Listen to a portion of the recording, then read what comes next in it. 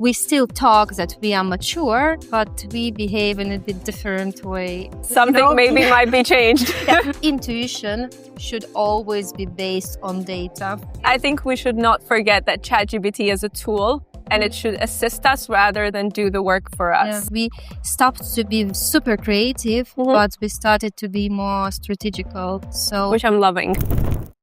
We're here today with Valentina Bagniya, Chief Marketing Officer at SOFTSWISS. Valentina, we had a chat last year this time, I think, again. Yeah, absolutely. Exactly 1 year ago. Yes, exactly 1 year ago. And I think we talked a lot about marketing and different things, but there's still so much to dive into. Since then, you guys have been doing quite a lot, especially recently with the iGaming Trends Report. So that's one of the things I want us to talk today. Okay. But also dive deeper into marketing. Absolutely. It's so nice to talk about marketing with someone who values it very much. Definitely the one who understands the value of marketing. So I was very happy when you texted me and said, oh, maybe we have one more conversation about marketing. Something changed during this year. So really, thank you very much. And I'm very happy again to talk to you about marketing. Pleasure is all mine. And before we go into the iGaming Trends Report, what personally surprised you most about the report and about the final version of it? You know, probably I will not surprise you with my answer, but it was really very predictable what I saw there. And I guess it's a good sign. Frankly speaking, many people, they expect from trends reports that they will shock them, that they will uncover something absolutely new buzzwords, maybe something like silver bullets or something like that. Okay. But indeed, our industry is getting more and more mature. And the sign that we repeat same things from the report to report is a real sign of the growing industry. So for me, that was the thing that I paid attention to when I looked at the report this year. I just saw the continuation of what we wrote 1 year ago. So our report is not something that definitely will shock you. No, but our report is about real insights of the industry that is getting more and more mature and growing up. Okay. And was there anything that challenged assumptions that you already had? Or like you said, you know, everything you predicted happened, basically? I can say that everything that we predicted happened, but it's really everything that we were talking about last year are still on. So everything is still on. But what I paid attention to and what I still see as again, sign of our industry, it seems to me that players of our industry claims a lot and talk a lot about being mature. But reality is indeed is a bit different, because what we see based on the report, you know, players in our industry, they want AI and they want to explore AI, but they don't think about long-term strategy, about the infrastructure for AI, for example. We talk a lot about brands, but what I see, we want short-term solutions, decision. We don't have patience to create really strong brand. Or for example, again, we speak a lot about regulations, compliance, but it's obvious for me that not everyone is ready to invest money in that. So they don't understand that regulation, compliance is always about some costs. Yeah. So what I see, we still talk that we are mature, but we behave in a bit different way. So this is, I guess, the key challenge. So we want to be mature industry, but we're still a bit behind. At least we are moving there, but we talk more than we act. Yeah. If you had to strip down the iGaming Trends Report into like 3 signals, what would those be? I think I will start with regulation. Yeah, regulation seems to me is becoming like a strategical choice. If the company cannot survive the tighter regulation rules, it's not like a strategical choice. It's just a way to lose the market. So regulation will be the first. The second, again, I will tell about AI, but AI is not something like very interesting right now. Execution of AI practices are really interesting. Okay. So you really need to understand that AI should become a part of your business operation. So if you continue to experimentation with AI, you definitely stay very much behind. You should have done it 2 years ago, not now. Now AI should really become a part of your business. And for example, at SoftSWISS, several months ago, we implemented a new C-level position, is Chief AI Officer. I saw that, yes. So now he is responsible for not even implementation, because we already done it, but of the efficiency of operation of AI in our company. For me, this is exactly the sign that we understand the role of AI, and AI became a part of our business and our culture. The other thing is, of course, I have to say about brand. Really, I forgot. I should have started with that. But yes, the third will be brand. And it seems to me that in current situation, at current point, brand is like the last opportunity, the only opportunity for companies to grow. Because it's true, maybe we are talking a lot, but it's really true. Market is becoming more mature. And when the market is growing, it's becoming more mature. Brand is really the key weapon you can use to survive and to grow your business. That's why investing in brand marketing is super important right now. So regulation, AI, and building strong brands, not just doing buzz around your company, but be consistent. Building the foundation.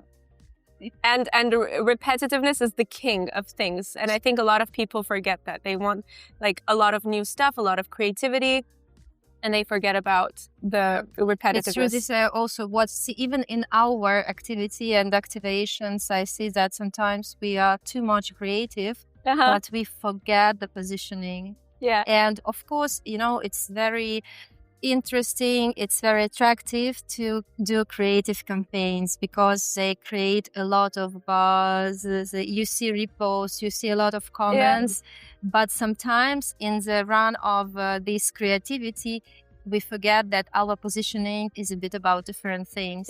And indeed, when you have like a strong positioning and you do just something just as creative, it's not something that can help you. Of course, in short term, you will get a lot of comments on LinkedIn, a lot of reposts on LinkedIn. But if this creativity is not part of your brand strategy, it will not work in the long run. Or your positioning should be that you always come up with creative stuff. Yeah. But that's a bit hard. It's true. You can choose this way. Probably it also can be a winning way. But again, speaking of our market that is going to become more and more mature, it seems to me that probably not. Maybe for startups, right? But we are not the market of startups anymore. Exactly. How is the iGaming report built even? Like where do you start? How is it built? What do you take into account? I would say that our report is built properly. We invest a lot of time and resources in it. We do always a lot of research, and for this report, we use data from more than 350 interviews and respondents, and we did it not by ourselves. We continue, not for the first year, we continue to invite our research partner to cooperate and help us to gather data. Also, we analyzed internally. It seems to me that but more than 100,000 media mentions about our industry. We invite our experts from the company to participate in the report, to give their comments. We have in company people who work in the industry for more than 15 years. So they really possess a strong expertise and can give comments, can help us to understand deeper the data that we collect. So research, market surveys, media analysis, and expertise from our team. This is how the our report is collected and developed. And speaking of report itself, I would say that there are a lot of proper data and a lot of opportunity to look through it through different interpretations. Because I think this is a key importance, because data without interpretations doesn't work. Good point. 100% agree. It's very much irrelevant. It makes your decisions irrelevant. And speaking of the report,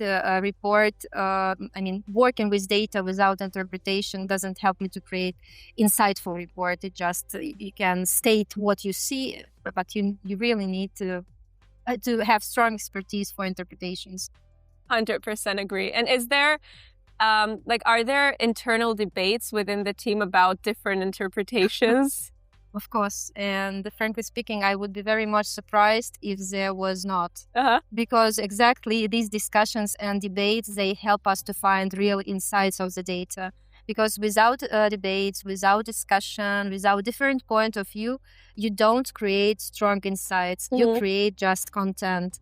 Speaking of our analytical reports, such as iGaming trends and others, our key aim is to create insightful materials, insightful reports for the industry. So, of course, we debate a lot, we discuss a lot, we agree, disagree on different data, because data is that strong as you can use them, interpret. Exactly. We sat down last year again, and I mean, 1 year has passed after it. What would you say, what have you seen within the industry change in terms of marketing? Or maybe nothing major has changed? It seems to me that changes are happening, and I have very positive attitude to what is changing. And I see this changing as following. We talked about creativity, but it seems to me that we stopped to be like super creative, but we started to be more strategical. So, which I'm loving. Yeah. So now marketing, it's not just a function or department that gives promises about something and gives creative campaigns.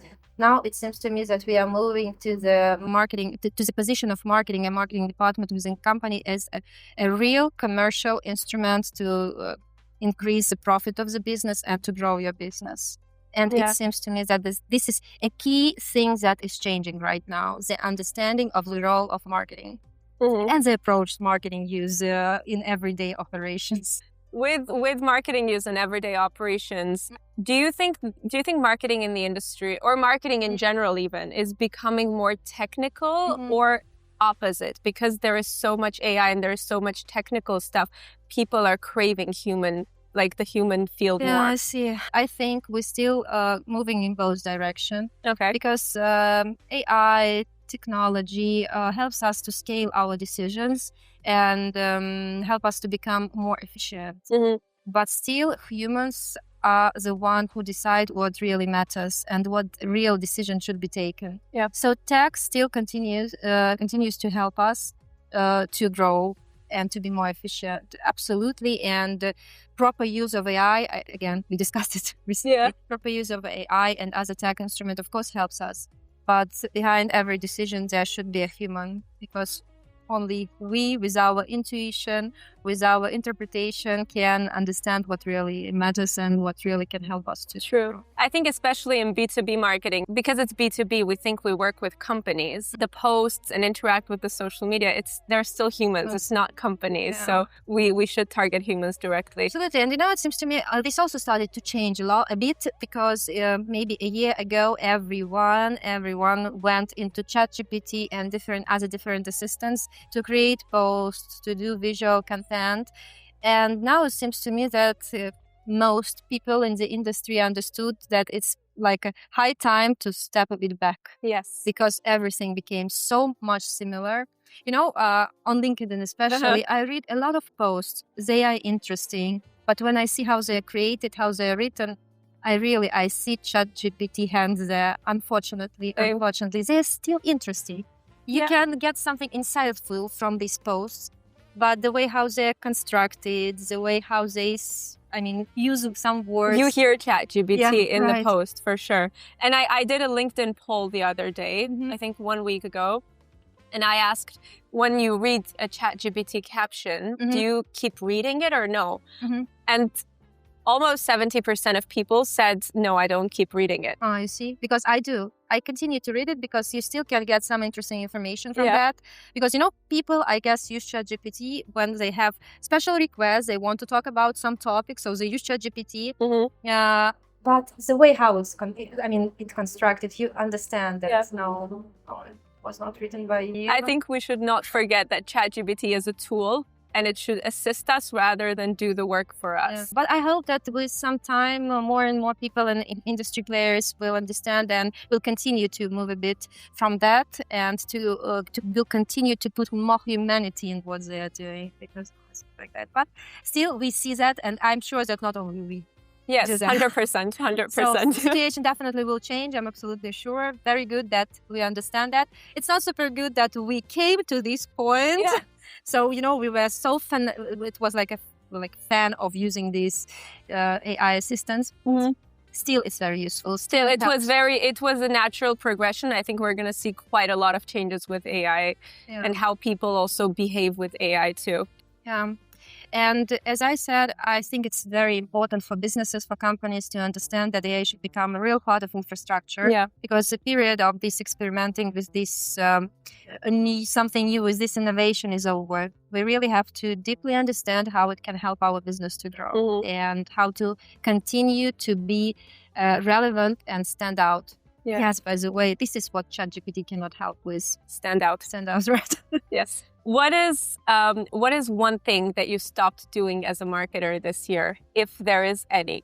I think, yes, there is such thing. And I recently discussed it with my team. It was the end of the last year. And we discussed our strategy and what we definitely have to change. Because now we are working on our new positioning. By the way, this new booth is a part of our new position. So we are moving more to technical company. And so what we discussed, that we really should stop to confuse activity and strategy, because more campaigns, more dashboards, more tools, all this doesn't mean progress.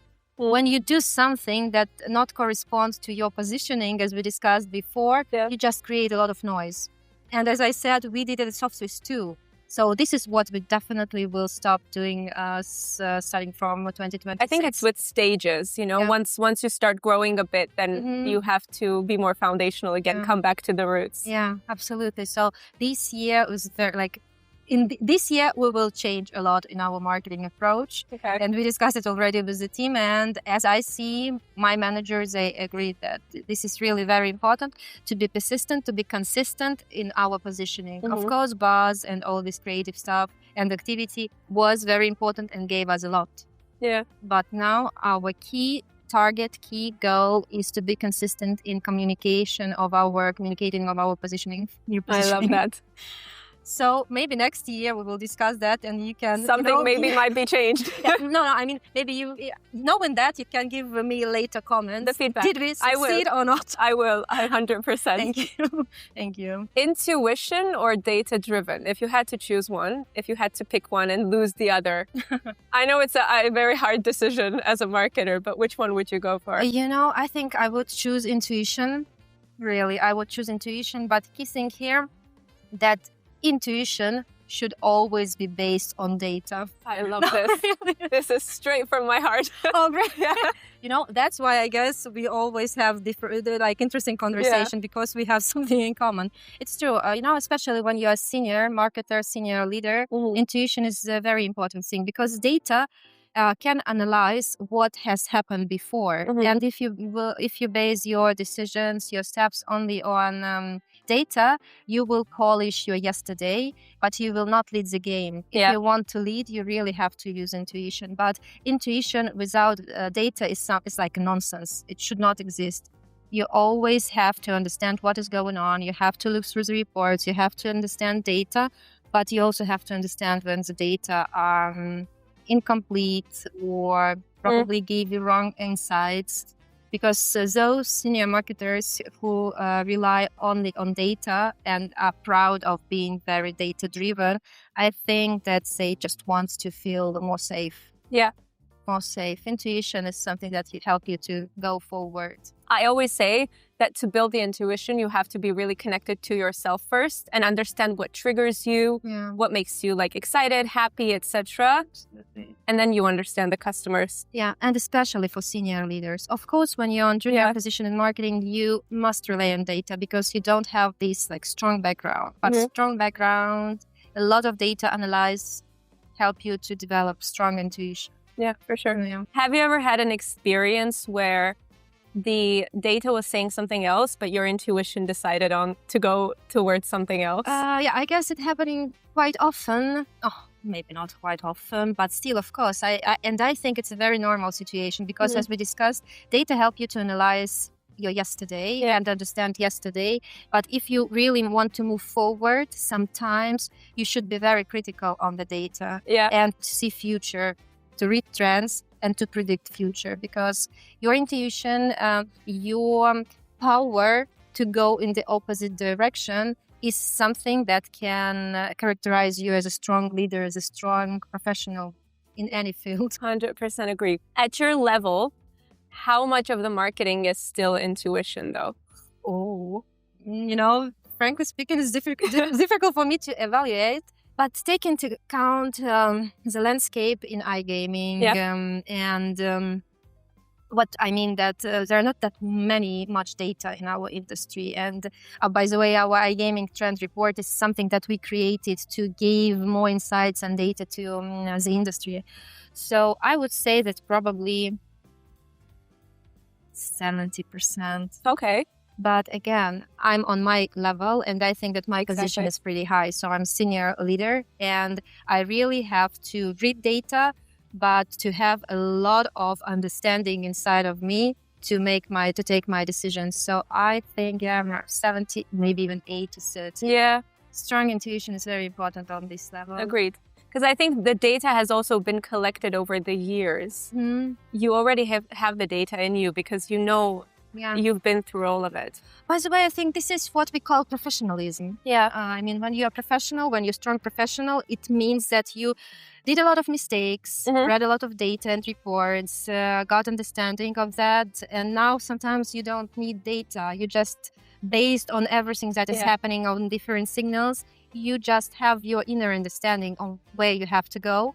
And very often this understanding is absolutely opposite from the data. For example, very often we have conversations, sometimes even difficult conversation with our digital department or with our analytical department, because they come to me with data and they say, Valentina, this will not work. This data says that this will not work. But again, data analyze only your past. It cannot predict your future. Even if you use different prediction models, I think only human being, intuition inside of our brain can help us to make these decisions. I could not agree more with that. Okay, one last question. Yeah. If we were to sit down next year again and talk about the iGaming Trends report, what is one thing that you would hope not to see in the iGaming Trends report within the trends? In the beginning, I said that it seems to me that we talk a lot about being a mature market or about getting mature, but still we a bit not that much. Yeah. So what I want to see next year in the iGaming Trends report is a lot of signs that finally we stopped to pretend that we are mature, but we really start to act more as a mature market, as a mature industry, to respect regulation and to understand that regulation is our future, even if for someone it's very difficult to adopt still. To understand the value of branding and the value of real marketing, to use thoughtfully AI tools in our job. So, yeah. Thank you for the interview. I love talking to you because I love the values that you've built in marketing. And I think it's great, like you said, to see companies who are very mature and doing it the right way and doing it the way that it should be. Thanks. So thank you so much. And thank you. And I saw your new branding and it's really very, very great. I'm sorry that I didn't write this to you before. No worries. But now I have this chance to tell you. So you did a really good job. Did you do it internally or maybe? Yeah, internally. It was internally. Really? So you